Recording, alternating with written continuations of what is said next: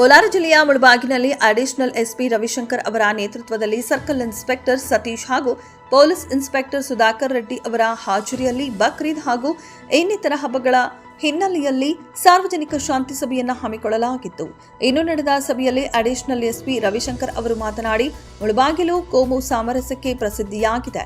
ಇಂತಹ ಊರಿನಲ್ಲಿ ಯಾರೇ ಆಗಲಿ ಕೋಮು ಸಾಮರಸ್ಯ ಕೆಡಿಸಲು ಪ್ರಯತ್ನ ಮಾಡಿದರೆ ಕಾನೂನಿನ ಪ್ರಕಾರ ಮುಲಾಜಿಲ್ಲದೆ ಕಠಿಣ ಕ್ರಮ ಕೈಗೊಳ್ಳುತ್ತೇವೆ. ಇನ್ನು ಗೋರಕ್ಷಕ ಹೆಸರಿನಲ್ಲಿ ನೀವೇ ನೈತಿಕ ಪೊಲೀಸ್ಗಿರಿ ಮಾಡದೆ ಕಾನೂನಿಗೆ ಗೌರವ ಕೊಡುವ ಕೆಲಸವಾಗಲಿ. ಏನೇ ಸಮಸ್ಯೆ ಇದ್ದರೂ ಸ್ಥಳೀಯ ಪೊಲೀಸ್ ಠಾಣೆಗೆ ಮಾಹಿತಿ ಕೊಡಬೇಕು. ನಾವುಗಳು ಸದಾ ನಿಮ್ಮ ಸೇವೆಗೆ ಸಿದ್ಧ ಎಂದರಲ್ಲದೆ ಠಾಣೆಯ ಮುಂದೆ ಜನ ಸೇರಿರುವುದು ಇನ್ನಿತರ ಚಟುವಟಿಕೆಗಳಲ್ಲಿ ಭಾಗಿಯಾಗಿದ್ದು ಕಂಡುಬಂದಲ್ಲಿ ಕಠಿಣ ಕಾನೂನು ಕ್ರಮ ಕೈಗೊಳ್ಳುತ್ತೇವೆ ಎಂದರು.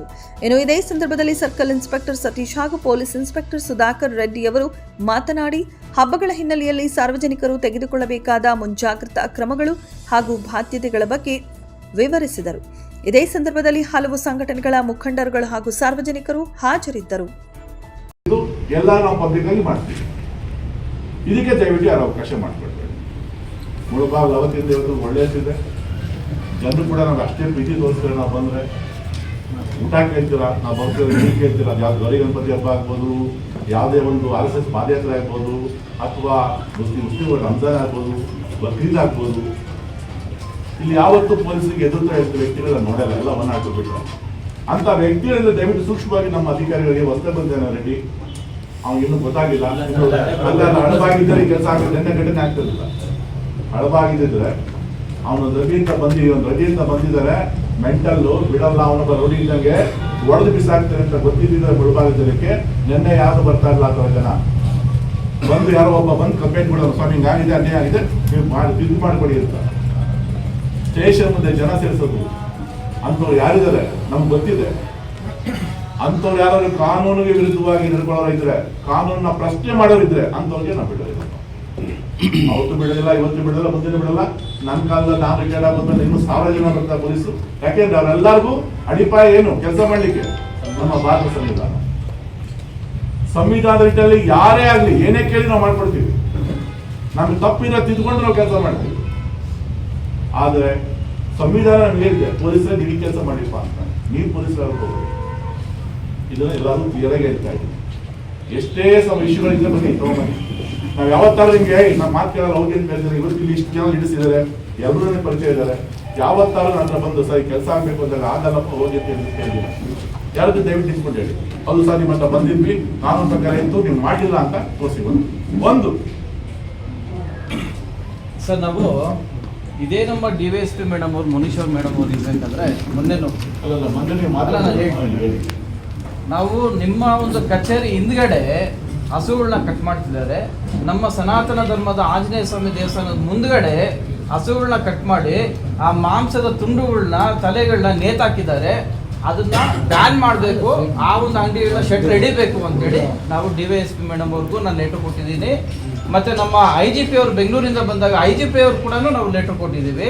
IGP ಅವರು SP ಅವ್ರಿಗೆ ಕರೆ ಕೊಟ್ಟಾಗ SP ಅವರು ನನ್ನ ಕರೆದು 40 ನಿಮಿಷಗಳ ಕಾಲ ವಸಂತ ಅನ್ನೋ ಇನ್ಸ್ಪೆಕ್ಟರ್ ಅವರು ನನ್ನ ಎಂಕ್ವೈರಿ ಮಾಡಿದಾಗ ಎಲ್ಲ A to Z ನಾವು ಕೊಟ್ಟಿದ್ದೀವಿ, ಮಾಹಿತಿ ಕೊಟ್ಟಿದ್ದೀವಿ. ಇವತ್ತಿಗೆ 10 ದಿನ ಆಗಿದೆ ಆ ಒಂದು ಮಾಹಿತಿ ಕೊಟ್ಟು. ಇವತ್ತು ನೀವು ಕಾನೂನು ಬಗ್ಗೆ ಹೇಳ್ತಿದ್ದೀರಾ, ಇವತ್ತವರೆಗೂ ಆ ಒಂದು ಕ್ರಮನ ನೀವೆಲ್ಲಿ ತೊಗೊಂಡಿದ್ದೀರಾ? ಇವತ್ತು ನೀವು ಇಷ್ಟೆಲ್ಲ ಮಾತಾಡ್ತಿದ್ದೀರಾ, ಸಮುದಾಯದ ಸಾಂಪ್ರದಾಯದ ಬಗ್ಗೆ ಹೇಳ್ತಿದ್ದೀರಾ, ನಮ್ಮ ಸಮುದಾಯದ ಸಾಂಪ್ರದಾಯದ ಬಗ್ಗೆ ಹೇಳ್ತಿದ್ದೀರಾ. ಈ ಒಂದು ಕಾನೂನಲ್ಲಿ ಉಲ್ಲಂಘನೆ ಇದೆಯಾ ಇಲ್ವಾ? ಈಗ ಹಸುಗಳನ್ನ ಕಟ್ ಮಾಡಿ ಅವರು ಈಗ ನಮ್ಮ ಪಶು ಸಂಘ ಅಲ್ಲ ಪಶು ಸಂಘ ಕಂಪ್ಲೇಂಟ್ ಮಾಡ್ತೀವಿ ಇವತ್ತು ಭಾರತ ದೇಶದಲ್ಲಿ ಇವತ್ತು ಹಿಂದೂ ಮುಸ್ಲಿಂ ಬಾಯಿ ಅಂತ ನಾವು ಹೇಳ್ತಾ ಇದೀವ ಅಲ್ವಾ? ಇವತ್ತು ನಮ್ಮ ಹಿಂದೂಗಳ ವಿರುದ್ಧವಾಗಿ ನಮ್ಮ ತಾಯಿಯ ಸ್ವರೂಪವಾದಂತಹ ಒಂದು ಗೋಮಾತೆಯನ್ನ ನೀವು ಕಟ್ ಮಾಡೋದಕ್ಕೆ ನೀವು ಯಾಕೆ ನೀವು ಈ ಒಂದು ರೀತಿಯಲ್ಲಿ ನಮ್ಮ ಮನಸ್ಸಿಗೆ ಆಘಾತ ತಗೊಳ್ತಿದ್ದೀರಾ? ಅದೆಲ್ಲ ಮಾತಾಡಕ್ ಹೋಗ್ಬೇಡ.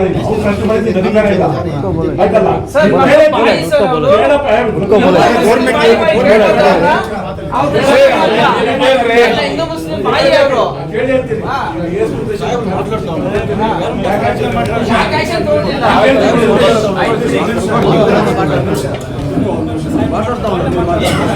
ಆಯ್ತಪ್ಪ, ಇಷ್ಟು ಕ್ಲಿಯರ್ ಆಗಿ ಹೇಳ್ತಾ ಇದ್ದಾರೆ.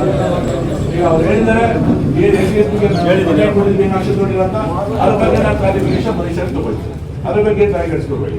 ಇಲ್ಲಿ ಒಬ್ರು ಕೆಲಸ ನಮ್ಮ ಪೊಲೀಸ್ ಡಿಪಾರ್ಟ್ಮೆಂಟ್ ಹೇಗೆ ಅಂದ್ರೆ ಸ್ಟೆಪ್ ಬೈ ಸ್ಟೆಪ್ ಯಾರೋ ಪ್ರಾಕ್ಷೆ ತಗೊಳ್ತೀವಿ. ಮನುಷ್ಯ ತಗೊಳ್ಳ ಅಂದ್ರೆ ಎಸ್ ಪಿ ತಗೊಳ್ತಾರೆ, ಐದು ತಗೊಳ್ತಾರೆ.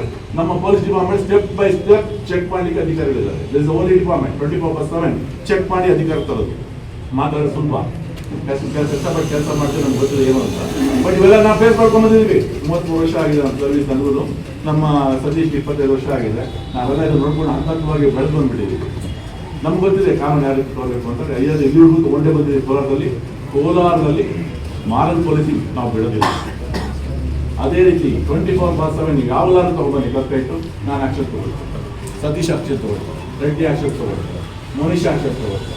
ತಗೊಂಡಿಲ್ಲ ಜನ ಬನ್ನಿ, ಅವ್ರ ಡಿಪಾರ್ಟ್ಮೆಂಟ್ ನಾನೇ ಆಕ್ಷನ್ ತಗೊಳ್ತೀನಿ. ಅದಾಯ್ತಪ್ಪ. ಎಲ್ಲ ಒಗ್ಗಟ್ಟಿನ ಹಬ್ಬಗಳು ಮಾಡ್ಕೊಂಡು ಹೋಗೋಣ. ಈ ಕುಟುಂಬದಲ್ಲಿ ಯಾವುದೇ ಕಿಡಿಗೇಡಿಗಳು, ಯಾರೇ ಕಿಡಿಗೇಡು ಕೋಮು ಸಾಧಕರು ಕದಲಿಕ್ಕೆ ಪ್ರಯತ್ನ ಪಟ್ಟರೆ ಎಲ್ಲರೂ ಸೇರಿ, ಯಾಕಂದ್ರೆ ಇದು ಫಸ್ಟ್ ನಾವ್ಯಾರು ಈ ಮುಳುಭಾಗದ ಜನ. ನಾನು ಇರ್ತೀವಿ, ನಾಳೆ ಹೋಗ್ತೀವಿ, ಇನ್ನೊಬ್ಬ ಬರ್ತಾರೆ, ನಾವು ಹೋಗ್ತಾ ಇರ್ತೀವಿ. ಬಟ್ ನೀವು, ನಿಮ್ಮ ಮಕ್ಕಳು, ನಿಮ್ಮ ತಂದೆ ತಾಯಿ ಎಲ್ಲ ಇದೇ ಊರಲ್ಲಿ ಜೀವನ ಮಾಡಬೇಕು.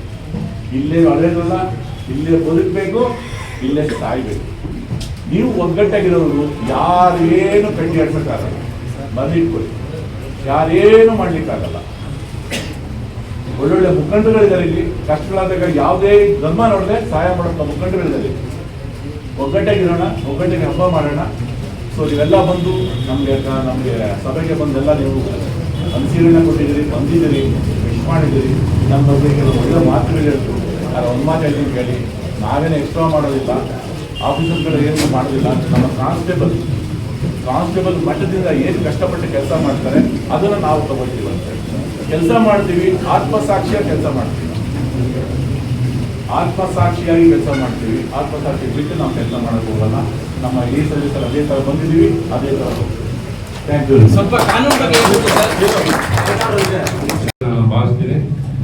ಸಾಹೇಬ್ರು ಹೇಳಿದ್ದಾರೆ ಸ್ಟ್ರಿಕ್ಟ್ ಆಗಿ ಯಾವುದು ತಪ್ಪು ಯಾವುದು ಮಾಡಬಾರ್ದು ಅಂತ ಎರಡೂ ಕಡೆಯವ್ರಿಗೆ ಹೇಳಿದ್ದಾರೆ. ಸಾಗಾಟ ಮಾಡಬಾರ್ದು ಅದು ತಪ್ಪು ಅಂತ ಹೇಳಿದ್ದಾರೆ.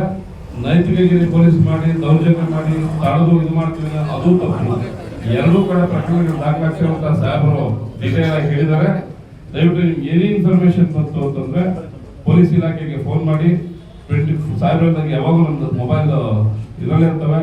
ಯಾವುದು ಗುಂಪು ಕಟ್ಕೊಂಡೋಗಿ ಏನು ಮುಂದೆ ಯಾವುದೇ ಅಹಿತಕರ ಘಟನೆಗಳು ಆಗಕ್ಕೆ ನಾವು ಯಾರು ಆಸ್ಪತ್ರೆ ಕೊಡೋದು ಬೇಡ.